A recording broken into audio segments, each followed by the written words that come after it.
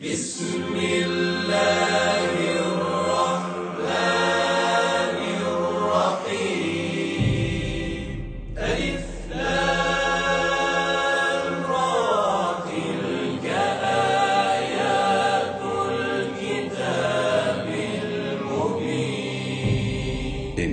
أنزلناه قرآنا عربيا لعلكم تعقلون نحن نقص عليك أحسن القصص بما أوحينا إليك هذا القرآن وإن كنت من قبله لمن الغافلين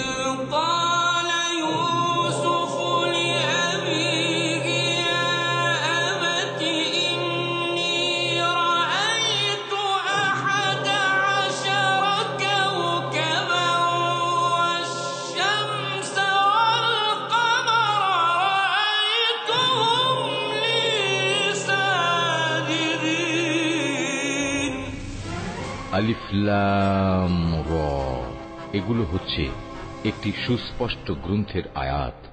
নিঃসন্দেহে আমি একে আরবি কোরআন হিসেবে নাজিল করেছি যেন তোমরা তা অনুধাবন করতে পারো। হে নবী, আমি তোমাকে এ কোরআনের মাধ্যমে একটি সুন্দর কাহিনী শোনাতে যাচ্ছি যা আমি তোমার কাছে ওহী হিসেবে পাঠিয়েছি, অথচ তার আগ পর্যন্ত তুমি এ কাহিনী সম্পর্কে ছিলে সম্পূর্ণ বেখবর লোকদেরই একজন।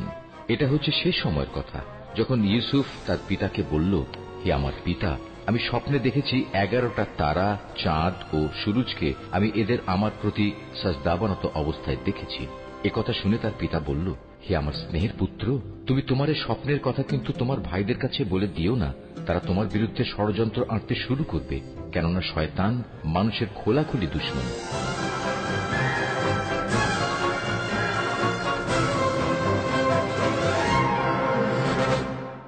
অজ্ঞামোহরের শেখর শুকিয়ে ফেলা এত সহজ নয়, তাদের সব জায়গায় প্রভাব রয়েছে।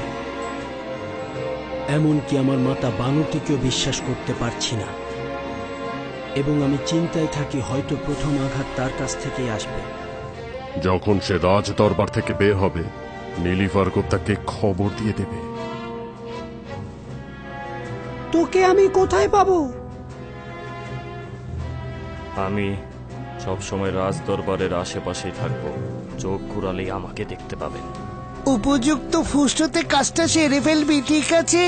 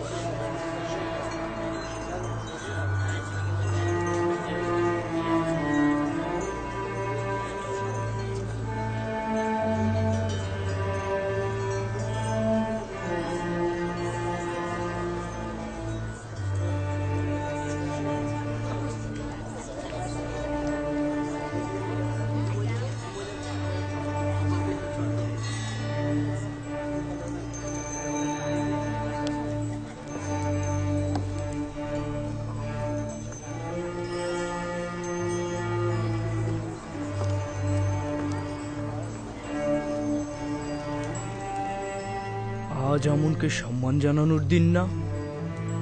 হ্যাঁ, কিন্তু কেন এরকম সাদামাটা পোশাকে এসেছে?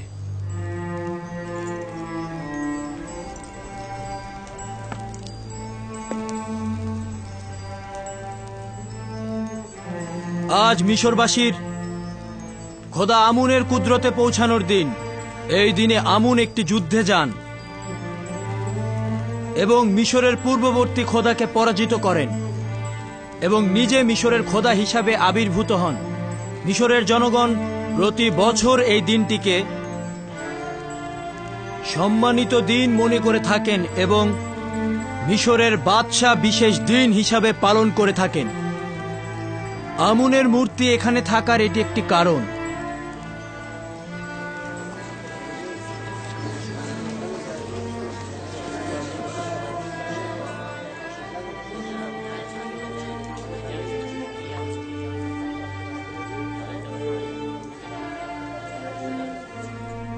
আজ বাদশার আমনকে পবিত্র করার কোনো ইচ্ছেই দেখছি না। আমন খোদাকে তো উষ্ণ পানিতে ধৌত করা হলো না। এই দিনে আমিন হতেবের উচিত ছিল ঐতিহ্যবাহী পোশাক পরিধান করা। তার উচিত ছিল আমনের পায়ের কাছে নতজানু হওয়া। আপনাদের ফিসফিসানির কারণ জানি। কয়েকটি সওয়াল আপনাদের জেহেনে মশগুল। কোন ঐতিহ্যবাহী পোশাক পরিধান করিনি। এখানে এসে আমি আমুনের সামনে নতজানুও হইনি, তাকে গরম পানির সেকও দেইনি। এইসব কেন করলাম না? জবান পরিষ্কার।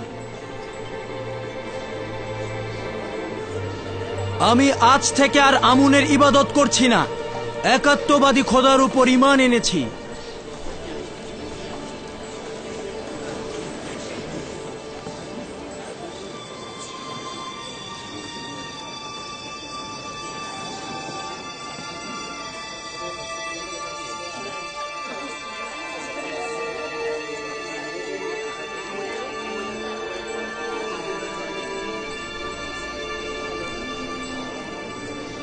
আমি জানতাম ইউজারশিপ তার কাজ আঞ্জাম দেবেই দেবে।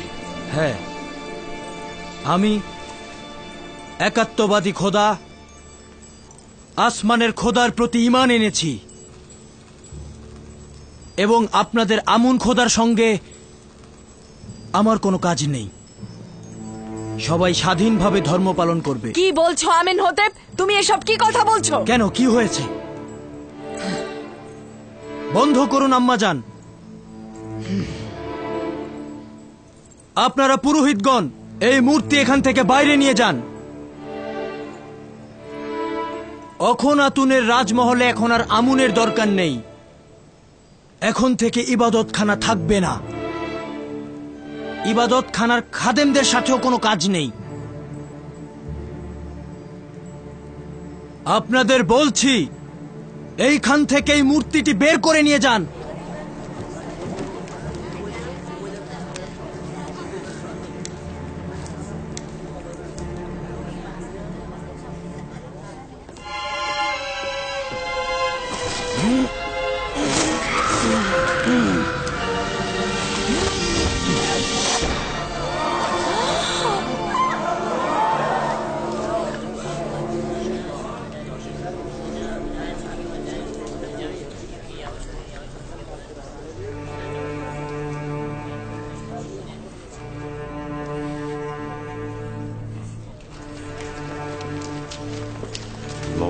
তোমাদের উপর ধ্বংস হবে, তোমরা ধ্বংস হবে। তুমি অমন তার অপমান সহ্য করবে না। ধ্বংস হবে, সব ধ্বংস হয়ে যাবে।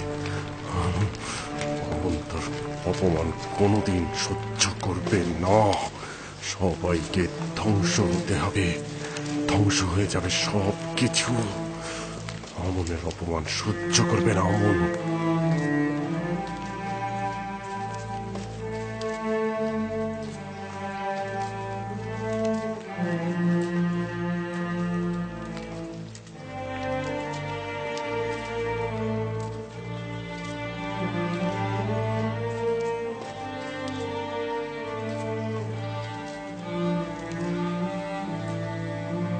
গণ্যমান্য ব্যক্তিবর্গ, সারদারগণ, অভিজাতগণ,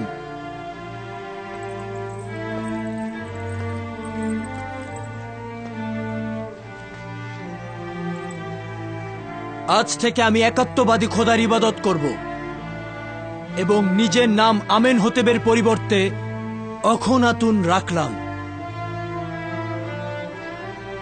এটি মিশরের আনাচে কানাচে সর্বত্র পৌঁছে দিন।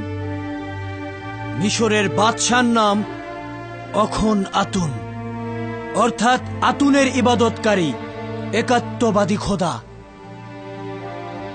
আমার নাম ওই সময় পর্যন্ত আমেন হতেব ছিল যখন আমি আমুনের ইবাদতকারী ছিলাম, কিন্তু আজ থেকে আমি আমুনকে ইবাদত করছি না।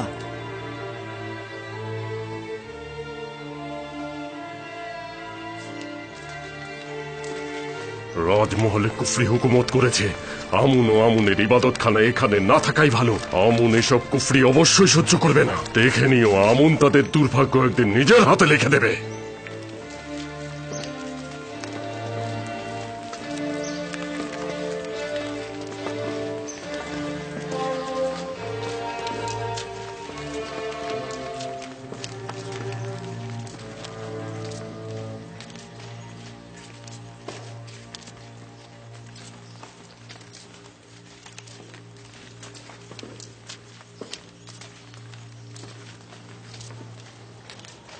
এখন থেকে আমেনহোতেব যে কোনো সময় বিপদের সম্মুখীন হতে থাকবে, কারণ আমি প্রতিশোধ নেব।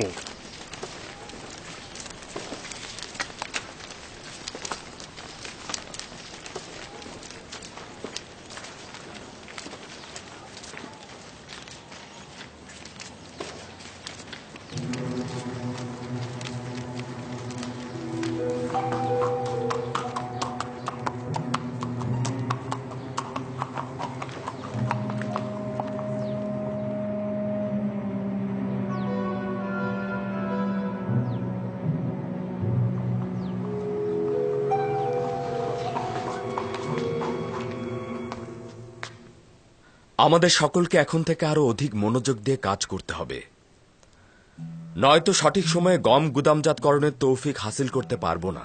আমি সকলের হয়ে ওয়াদা করছি যে আমরা সঠিক সময়ে কার্য সম্পাদন করব। বাহ, তোমরা মিশরের গ্রামগঞ্জ ও শহরে ছড়িয়ে পড়ো এবং আমি যা বলবো তা হাসিল করার চেষ্টা করো। তোমরা কয়েক ভাগে বিভক্ত হয়ে যাবে। কিছু সংখ্যক শুধু 1/5 আয় এবং কিছু সংখ্যক আয়কর দ্রুত সংগ্রহ করে নিয়ে আসবে। এই 1/5 কি সকলের কাছ থেকে সংগ্রহ করা হবে? না, গরিব ও নিঃস্বদের 1/5 প্রদান থেকে নিষ্কৃতি দেওয়া হলো। আরেকটি বিষয় হলো শহরে কতটি পরিবার বসবাস করে এবং তাদের সদস্য সংখ্যা এবং যাদেরকে ভরণ পোষণ দিতে হবে তাদের সংখ্যা। এই সংখ্যাগুলো অবশ্যই স্পষ্টভাবে জানতে হবে। শহরের কারিগর, মজুর ও শিল্প শ্রমিকের সংখ্যা অবশ্যই জানতে হবে। একই সাথে ধনী লোক এবং তাদের গোলামের সংখ্যাটিও জানতে হবে। কোন শহরে ধনী ও গরিবের সংখ্যা সহজে নির্ণয় করা সম্ভব নয়। আমি জানতে চাচ্ছি এত কিছু জেনে কি ফায়দা হবে?